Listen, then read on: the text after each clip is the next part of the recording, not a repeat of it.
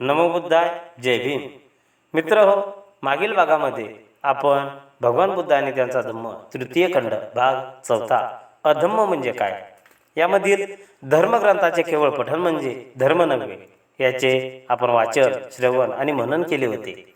त्याचप्रमाणे आजच्या भागामध्ये भगवान बुद्ध आणि त्यांचा धम्म तृतीय खंड भाग चौथा अधम्य म्हणजे काय यामधील धर्मपुस्तके प्रमादातीत आहेत असे मानणे म्हणजे अधर्म आहे.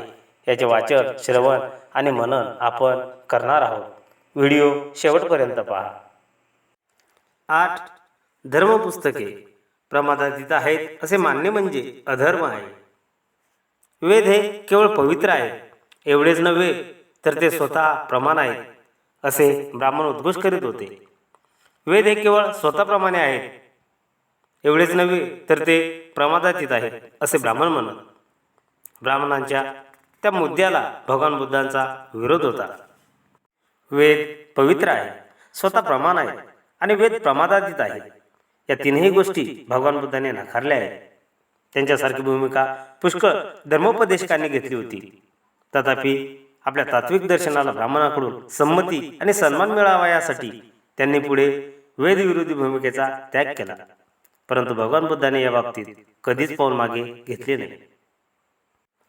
23 स्वतःमध्ये भगवान बुद्धाने वेद म्हणजे एक निर्जल वाळवंट, निष्पन्न अरण्य आणि खरोखर एक नरकच आहे असे म्हटले आहे. बौद्धिक आणि नैतिक तृष्णेने आर्त झालेल्या कोणाही मनुष्याने वेदापासून आपल्या तृष्णेचे शमन होईल अशी उपेक्षा करणे व्यर्थ आहे. वेद प्रमादातीत आहेत यासंबंधी त्यांचे म्हणणे असे आहे की वेदच काय, कोणतेही वाङ्मय प्रमादातीत नाही. प्रत्येक गोष्टीची परीक्षा आणि पुन्हा परीक्षा ही झालीच पाहिजे. कलाम लोकांच्या पुढे झालेल्या या प्रवचनात भगवान बुद्धाने हे मत स्पष्ट केले आहे. एकदा एका मोठ्या भिक्खू संघासमवेत कौशल जनपदातून जात असताना भगवान बुद्ध कलामाच्या केसपुत्त या नगरात आला. जेव्हा कलामाला भगवान बुद्धांच्या आगमनाची वार्ता मिळाली तेव्हा ते तथागताजवळ गेले आणि त्यांच्या बाजूला बसून त्या केसपुत्त गावाच्या कलामांनी तथागताला उद्देशून म्हटले. भगवान, केसपुत्त गावी येणारे काही ब्राह्मण आपापली मते मांडतात आणि ती सर्वश्रेष्ठ आहेत असे दावा सांगतात. ते दुसऱ्यांच्या मताचे खंडन करतात. त्यांचे मत हीन मत आहे अशी त्यांची संभावना करतात. त्याचप्रमाणे दुसरेही सर्व ब्राह्मण केसपुत्ताला येतात, आपापल्या धर्मसमजुतीचे प्रवचन करतात, त्यांचा महिमा गातात, परंतु त्याचबरोबर ते दुसऱ्याच्या धर्मसमजुतीचे खंडन आणि निर्वचना करतात. आणि म्हणून भगवान त्या सर्व ब्राह्मणापैकी कोणाचे सत्य मानावायचे व कोणाचे असत्य मानावायचे हे आम्हाला समजत नाही. त्यामुळे आमचे मत अनिश्चित आणि शंकाधीन झाले आहे. तथागताने उत्तर दिले, तुमच्या मनात अनिश्चितता आणि शंका उद्भवाचे यालाच योग्य कारण झाले आहे. आणि ही अनिश्चिती आणि शंका खरोखर तुमच्या मनात योग्य वेळी उत्पन्न झाली आहे. भगवान पुढे म्हणाले, हे कलामांनो, तुम्ही जे केवळ ऐकता त्यावर विश्वास ठेवू नका. जे केवळ पुष्कळ लोक सांगतात म्हणून त्यावर विश्वास ठेवू नका. जे केवळ धर्मपुस्तकात लिहिलेले आहे म्हणून त्यावर विश्वास ठेवू नका. जे केवळ तर्कशास्त्रानुसार आहे म्हणून ते मानू नका. जे केवळ न्यायशास्त्रानुसार आहे म्हणून ते मानू नका. जे केवळ सुकृतदर्शनी पटण्यासारखे आहे म्हणून त्यावर विश्वास ठेवू नका. ज्या समजुती आणि मते अनुकूल वाटतात म्हणून त्यांच्यावर विश्वास ठेवू नका. जे केवळ ब्रह्मत्कारी खऱ्यासारखे दिसते ते केवळ ब्रह्मकारी सत्य म्हणून त्यावर विश्वास ठेवू नका. एखादे वचन कोण्या एका वतीने अथवा आचार्याने सांगितले एवढ्यावरच त्यावर विश्वास ठेवू नका. कलामाने विचारले, मग आम्ही करावायचे तरी काय? आम्ही कोणती कसोटी लावायची? तथागताने उत्तर दिले, कसोटी ह्या स्वतःलाच विचारा. ह्या गोष्टी हितकारक आहेत काय? शहाण्या माणसाने त्या टाकाऊ मांडल्या आहेत काय? त्या केल्या असता कष्ट आणि दुःख ओढवते काय? कलामांनो, या पुढेही जाऊन तुम्ही असे विचारले पाहिजे की हे सिद्धांत तृष्णा, द्वेष, मूढता आणि हिंसा यांना सहाय्यक नाहीत ना? एवढेच पुरे नाही तर कलामांनो, आणखी पुढे जाऊन तुम्ही पाहिले पाहिजे की सिद्धांत माणसाला इंद्रियाधीन करणारे नाहीत ना? हिंसेला प्रवृत्त करणारे तर नाहीत ना? चोरी करण्याला प्रेरणा देणारे तर नाहीत ना? काम इच्छेपूर्तीसाठी मिथ्याचार शिकवणारे तर नाहीत ना, ते असंख्य भाषण करायला लावणारे तर नाहीत ना. आणि शेवटी तुम्ही त्या सिद्धांताबाबत असा प्रश्न विचारला पाहिजे की या सिद्धांताचा परिणाम अहित आणि दुःखात तर होणार नाही ना. आता कलामानं सांगा, त्या श्रमण ब्राह्मणाचे सिद्धांत हित साधणारे आहेत की अहित साधणारे आहेत?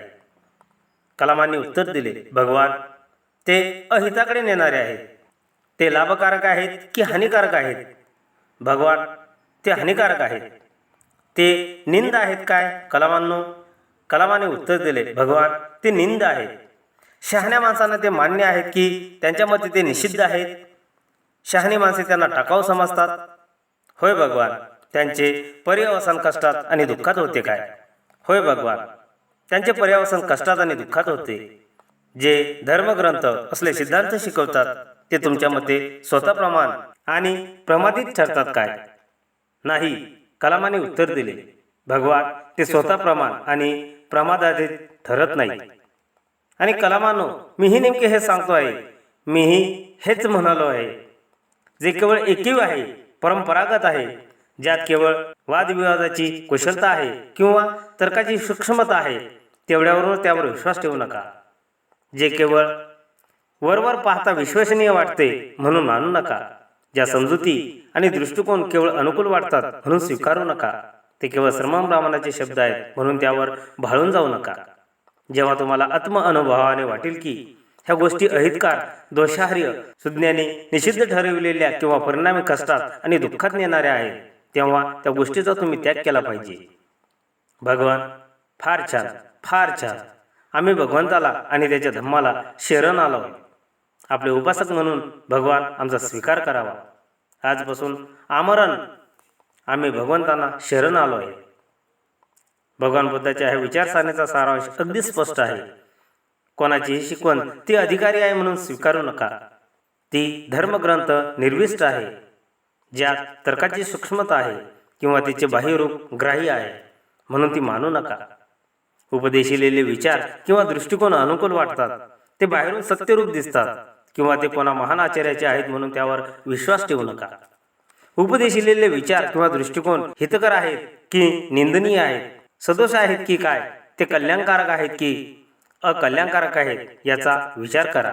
या कसोटीवर उतरणारा कोणाचाही उपदेश मान्य करावयास प्रत्यवाय नाही. मित्र हो, भगवान बुद्ध आणि त्यांचा धम्म तृतीय खंड भाग 4 अधम्म म्हणजे काय, यामधील धर्मपुस्तके प्रमादातीत आहेत असे मानणे म्हणजे अधर्म आहे. याचे आपण वाचन, श्रवण आणि मनन केले आहे. यानंतर भगवान बुद्ध आणि त्यांचा धम्म तृतीय खंड भाग 5 सधम्म म्हणजे काय, यामधील मनाची मलिनता दूर करणे याचे वाचन, श्रवण आणि मनन आपण नेक्स्ट व्हिडिओमध्ये बघणार आहोत. म्हणून नेक्स्ट व्हिडिओ अवश्य बघा. जय भीम, जय बुद्ध.